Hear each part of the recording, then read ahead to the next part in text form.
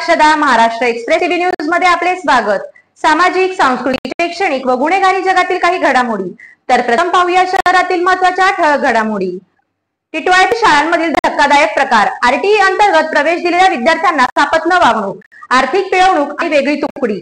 शिवसेना शिंदे गटाने कारवाईची मागणी करत आंदोलनाचा दिला इशारा। शिक्षण विभागाचा भोंगळ कारभार दिवसेंदिवस उघड होताना दिसत आहे। आताच कल्याण डोंबिवली महानगरपालिका क्षेत्रातील 8 ते 10 शाळांना अनधिकृत घोषित करण्यात आले। अशा शाळांमध्ये आपल्या मुलांचे ऍडमिशन करू नका असे आवाहन महानगरपालिकेने केले आहे। अशाच दुर्बल घटकातील मुलांना चांगले शिक्षण मिळावे या उद्देशाने मोफत शिक्षणाचा अधिकार मिळावा यासाठी गरीब आर्थिक दुर्बल घटकांना आरटीई अंतर्गत प्रवेश दिला जातो। परंतु टिटवाळ्यातील शाळांमध्ये आरटीई विद्यार्थ्यांना भेदभावाची वागणूक तसेच पिळवणूक केली जात आहे। या प्रकरणी विजय देशीकर, उपशहर प्रमुख शिवसेना शिंदे गट यांनी कारवाईची मागणी करत आंदोलनाचा इशारा दिलाय। यावेळी विजय देशीकर यांनी माध्यमांशी संवाद साधत आपली प्रतिक्रिया दिली। ते म्हणाले, आमच्या मांडा टिटवाळा परिसरातील शिक्षण व्यवस्थेचा बोजवारा उडालेला आहे। आरटीई विद्यार्थ्यांना गणवेशन देणे किंवा त्यांना वेगळं बसवणे हे मेरिडियन शाळेमध्ये सुरू असलेला प्रकार आहे। त्यामुळे केडीएमसी शिक्षण अधिकारी चव्हाण सर आणि शिक्षण मंडळ उपायुक्त संजय जाधव सर यांची भेट घेतली। यावेळी आमच्या सोबत बरेचसे पालक देखील उपस्थित होते। त्यांनी देखील त्यांच्या व्यथा मांडल्या।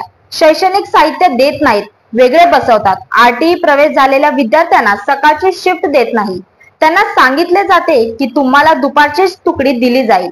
अशा प्रकारे शिक्षण व्यवस्थेत अमानुष पद्धतीने वागण्याची सुरुवात या शाळेने केलेली आहे।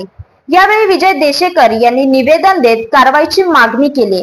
त्यामुळे अशा शाळांवरती काय कारवाई होईल हे पाहणे महत्त्वाचे ठरते। आमच्या मांडा टिटवाळा परिसरातील शिक्षण व्यवस्थेचा जो बोजावारा ओढलेला आहे, आरटीई विद्यार्थ्यांना गणवेश वगैरे न देणं किंवा त्यांना सेपरेट बसवणं हे मेरिडियन शाळेत सुरू असलेले प्रकार आहेत। त्याच्यामुळे केडीएमसी शिक्षणाधिकारी चव्हाण सर आणि शिक्षण मंडळ उपायुक्त संजय जाधव सर यांची भेट घेतली। आमच्यासोबत काही बरेचसे पालक देखील आलेले, त्यांनी देखील त्याच्या व्यथा मांडल्या की याच्यात असं आहे की शैक्षणिक साहित्य देत नाही।